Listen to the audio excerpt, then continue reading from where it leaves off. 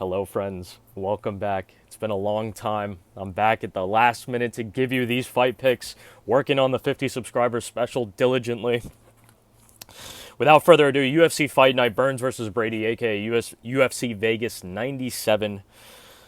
Let's start off with the early prelims for picks. Number 1, Zygimantas Ramaska versus Nathan Fletcher. Spooky hours fight right off the bat. I was actually looking forward to this fight in the last card. I almost said last week, but 2 weeks ago. It got canceled the day of because Nathan Fletcher, I think, got sick or something. There was some kind of medical issue with Nathan Fletcher, I believe. That does give me a little bit of pause, but I'm actually still backing him. I was backing him in that fight too, even though I didn't upload that pick to the video because that fight wasn't announced then.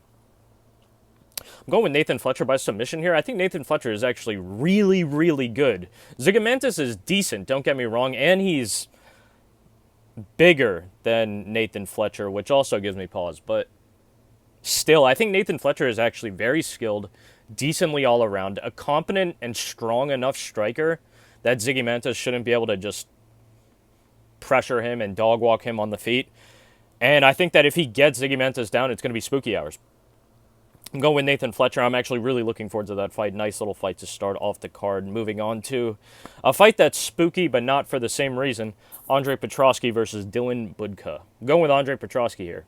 However, Andre Petroski got knocked out by someone's hip, by Jacob Malkoun's hip. Fucking Dylan Budka looked like he was about to die, literally, at the weigh-in. He was, like, swaying insanely. He looked like he was about to pass out. Even though he didn't look physically drained at all, particularly. He just seemed unbelievably compromised from the weight cut on the scale. I think Andre Petroski also is just a better fighter straight up in everything than Dylan Budka, especially wrestling, which I think is Dylan Budka's strongest suit, like most consistent and strongest suit. So I don't think that unless Dylan Budka somehow finishes like KOs Andre Petroski, which is possible, I don't think he wins, especially if that fight goes the distance. I'm going with Andre Petroski. Jaqueline, that fight might even be called off because it really looked bad when Dylan Budka was on the scale, man. He had people help him off and help him walk off. It was fucked up, man. He was holding it together, but he almost collapsed. He looked like he was about to faint, about to pass out. Moving on, Jaqueline Amorim versus Vanessa Demopoulos.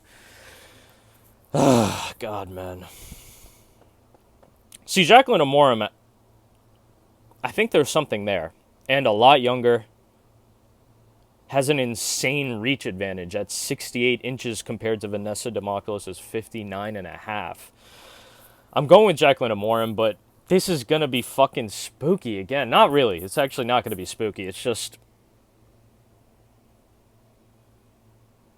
if you've noticed, Vanessa Demopoulos sometimes gets awarded close decisions that maybe she shouldn't type shit. She's not an absolute dog shit fighter, but getting older, I think a much more limited skill set in comparison to Jaqueline Amorim. I'm going Jaqueline Amorim here.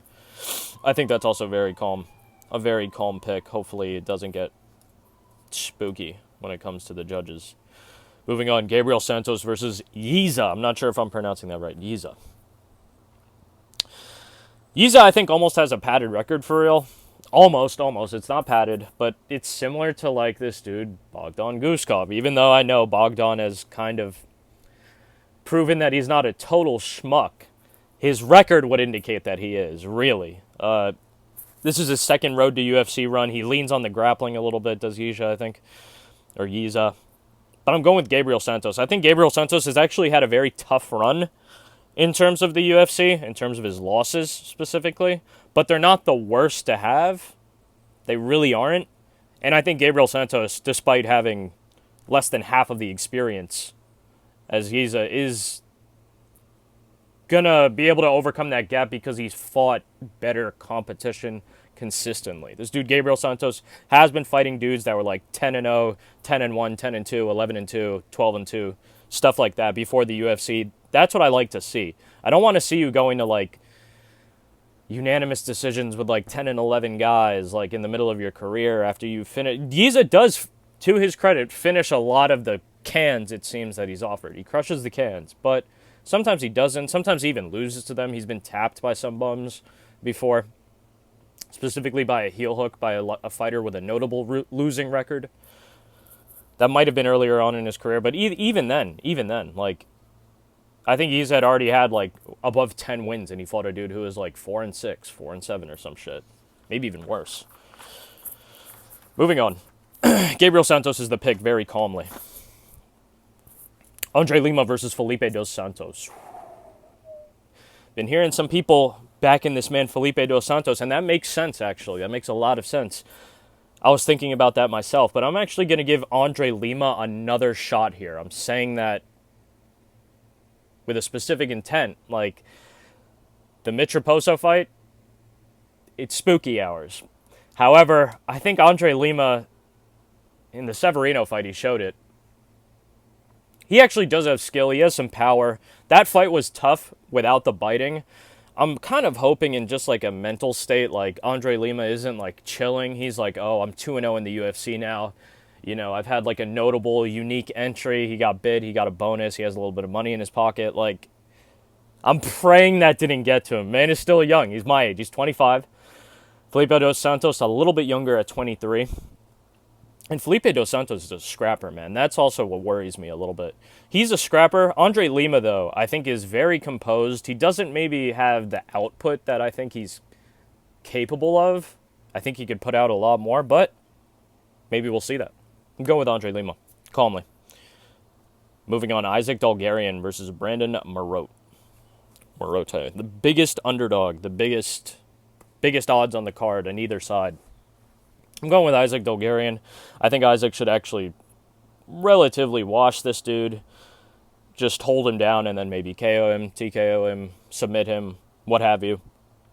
Just kind of a layup matchup. Isaac Dalgarian actually, I believe there was something controversial about his last fight. I might be mistaken on that, but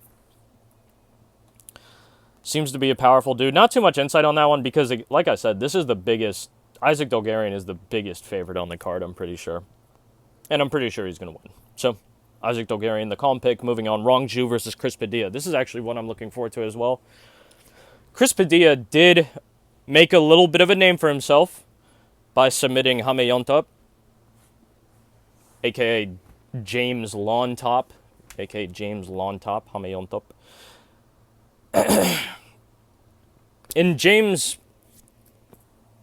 Yontop is actually a good fighter. I fuck with Yontop, my Peruvian brother. That fight was just kind of sad. It was painful, man. Like, that was at a time, I'm not sure if you would have even noticed this, but that was at a time where there actually was low-key, not a consistent stream, but we were actually getting an uptick in Peruvian prospects coming into the UFC. I use the word prospects very liberally there. But a lot of Peruvian dudes, new up-and-coming young Peruvian dudes coming into the UFC, and they were getting fucking washed left and right, man. It was painful. It was so painful. It was so fucking painful. There's only a couple of dudes who actually made it in successfully, and they were low-key some of the first ones, like, God, I always forget this dude. But, like, he hasn't lost in the UFC, I'm pretty sure. I think his name is Danny something. Fights with a red streak of hair. Danny Chavez, maybe. I might be tweaking on that, but that dude. Kevin Borjas, even though I think he just got KO TKO'd, like, due to, like, leg strikes or some shit in his last fight. His last fight, I think he got finished in kind of brutally. But still, he's actually decent as well.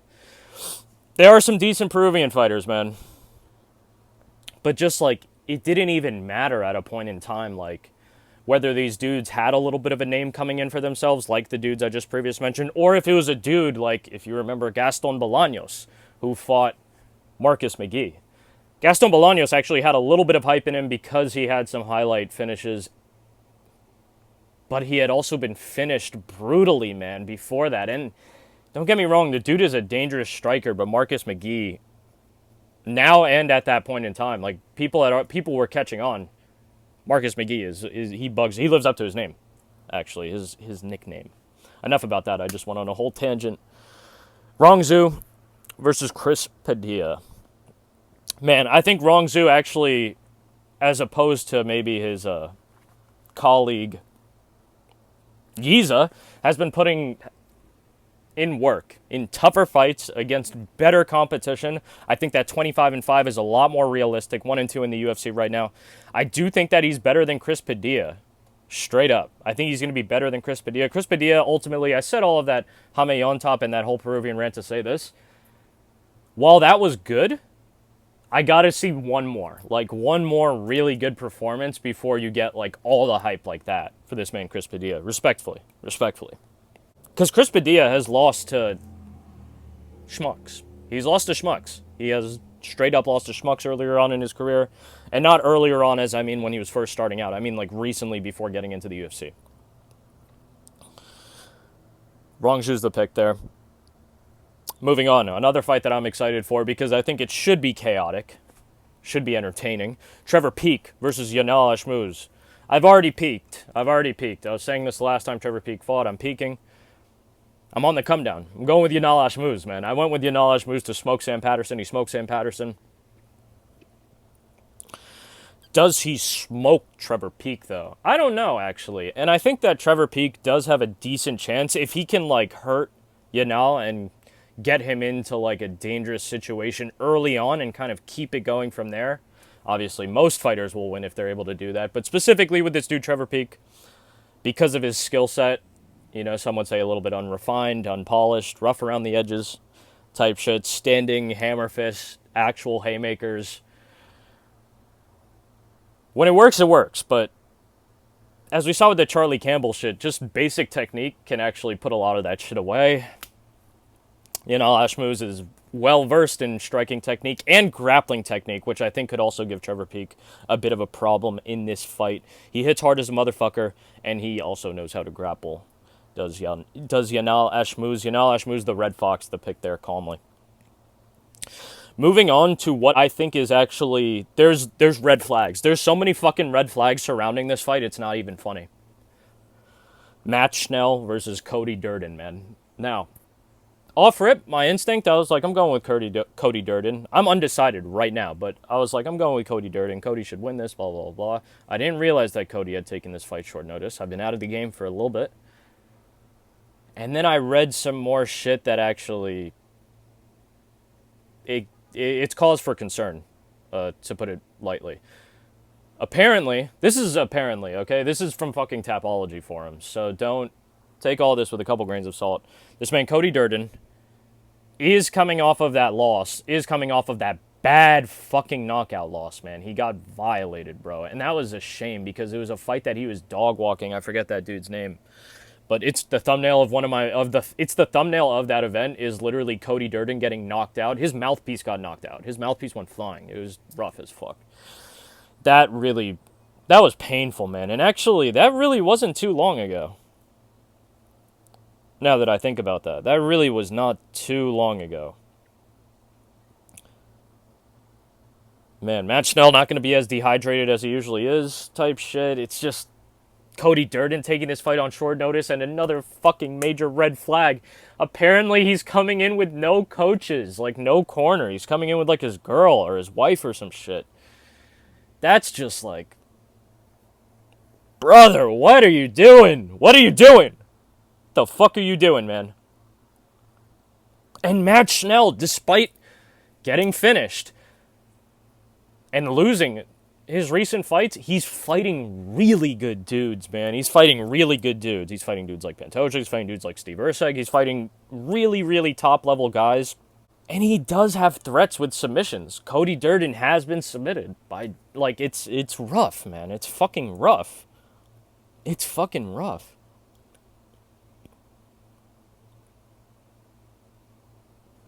God, am I going to go with Matt Schnell? I'll be rooting for Cody Durden, but... Honestly, if you go out on a limb and say Matt Schnell by submission, that's not the craziest thing. In fact, it might even be worth it to put a bet on that. God damn. That knockout really wasn't that long ago, now that I think about it. That shit was like 2 months ago. Oh, Cody, bro. Is it the beginning of the end? I feel like if I don't pick Cody, then I'm kind of saying that. It's the beginning of the end for Cody. Some people would have already said it's been the beginning of the end. Or like... almost close to the actual end. I want Cody to win. I really do. I really want Cody to win. And Matt Schnell is chinny, whatever the fuck, whatever you want to say about him, though. But Cody just got mollywopped, man. Like, that's the thing. That's what's so painful. He got mollywopped, yet he was dog walking his opponent in that fight. He looked fucking phenomenal until he got knocked out. Oh. What do we do? What do we do here? I feel like Guts fighting 100 men. What am I doing here? Why am I even here? Oh, God. That fight is... We're going to come back to that. I'm spending too much time. Jesus Christ. I don't know, man. I'm so unsure of the Cody Durden pick because of that shit. Like, that scares me, bro. Late notice. Your girl is the only one in your corner. You got knocked the fuck out 2 months ago. I'm going with Matt Schnell. We're not coming back to that. I'm going with Matt Schnell. I'm so scared. I'll be rooting for Cody, but I'm going with Matt Schnell. God damn it, man.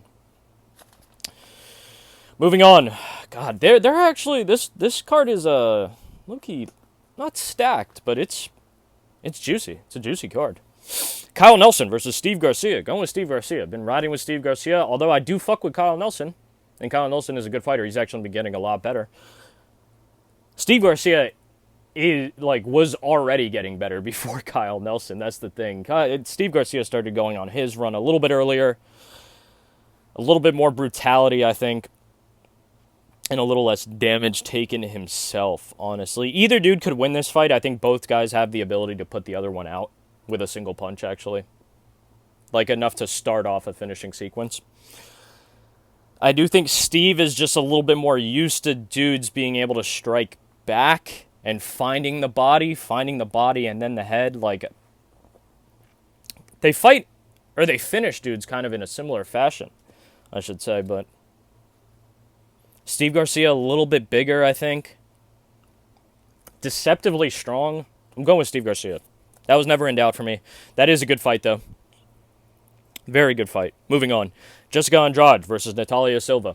Going with Natalia Silva. I really think you're hard-pressed to pick Jessica Andrade here. Now, Natalia Silva, legitimate women's prospect that they've been building up. This will be a test. Jessica Andrade is still dangerous at 32 years old, man. She does have moments of real lethality. It could get spooky. We could see, like, a version of Natalia Silva that we've never seen before. Some chick that looks like she just came in off the street. Even at this late in the game. I don't think it's going to happen, though. Natalia Silva, very calm, very safe pick, I think, here. Maybe even gets it done by KO TKO, honestly. Natalia Silva has dangerous leg kicks, dangerous striking, very powerful, young, explosive. She could really finish Jessica Andrade here. She could. Go with Natalia Silva, though. Gilbert Burns. Now on to the main event. Gilbert Derino Burns versus Sean Brady.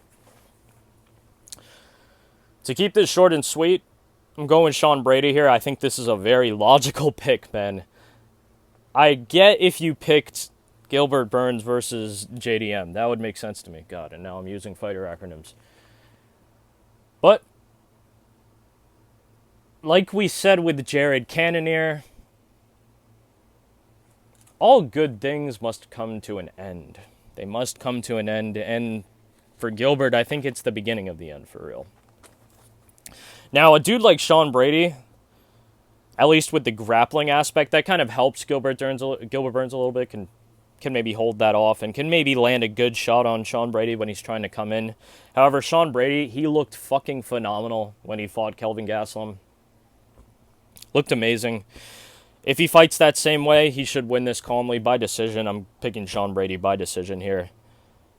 I think he has a lot of momentum. Still relatively on the younger side. Relatively. Little bit of a reach advantage for Sean Brady. Gilbert's 38, man. He's 38. Sean's 31. It's rough. I know it's rough. But I think Sean is also super focused on this fight, on moving forward with his career.